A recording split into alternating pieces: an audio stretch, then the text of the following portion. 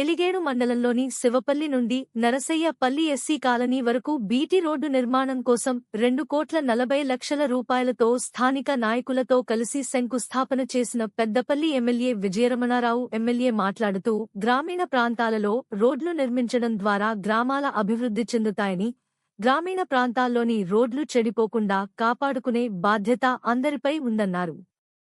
ట్రాక్టర్ల ద్వారా KG wheels ను రోడ్లపై నడపవద్దని, ఇందుకోసం ప్రత్యామ్నాయ ఏర్పాట్లు చేసుకోవాలని రైతులకు విజ్ఞప్తి చేశారు.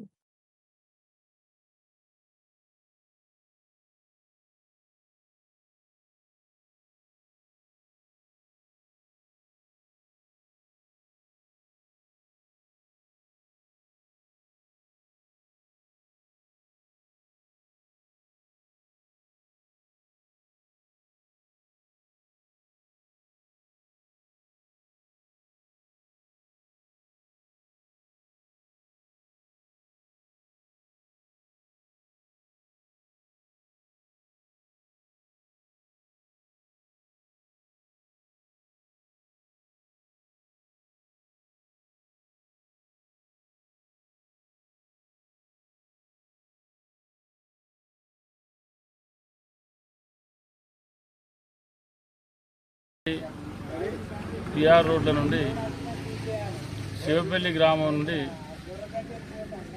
నరసాపల్లి మెయిన్ రోడ్ వరకు రాజీవ్ రహదారి వరకు 2,40,00,000తోని శాంక్షన్ తీసుకోవడం జరిగింది. మరి దానికి సంబంధించి ఈరోజు ఆ పనులను కూడా మనం ప్రారంభించుకోవడం జరుగుతూ ఉంది. మరి దీంతో పాటు మనం సుల్తాన్పూర్ నుండి అట్నుంచి వచ్చి భూలక్ష్మి వరకు అది కూడా పాత తోవ.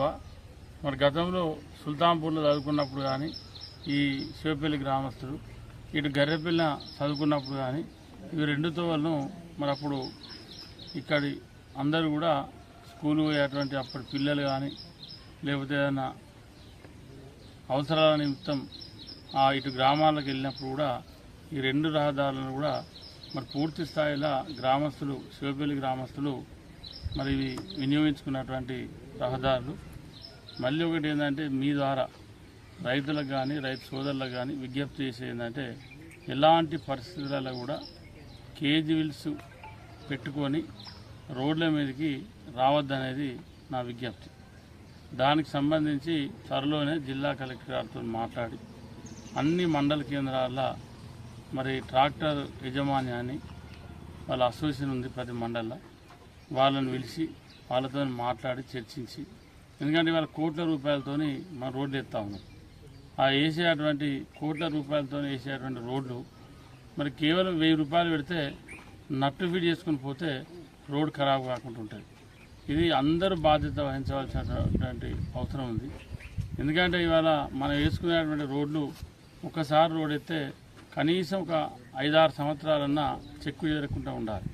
ఇలా కేజీ వీల్స్ నడిచే వారికి ఏమవుతుందంటే, మనం కేజీ వీల్స్ నడవంగా అక్కడిక్కడ గీతలు పడతాయి. ఆ గీతలలో వర్షం పడి ఆ నీళ్లు నిలవగానే అది మెల్లమెల్లగా బీటీ డాంబర్ లేసులు స్టార్ట్ అవుతాయి. కాబట్టి ఇవన్నీ ప్రాబ్లమ్స్ ఉన్నాయి. కాబట్టి దీనికి రైతు సోదరులందరూ, నియోజకవర్గంలో ఉన్నటువంటి రైతు సోదరులందరూ కూడా సహకరించాలని చెప్పి ప్రింట్ మీడియా, ఎలక్ట్రానిక్ మీడియా ద్వారా మా పెద్దపల్లి నియోజకవర్గ రైతులకు విజ్ఞప్తి చేస్తూ ఉన్నాం.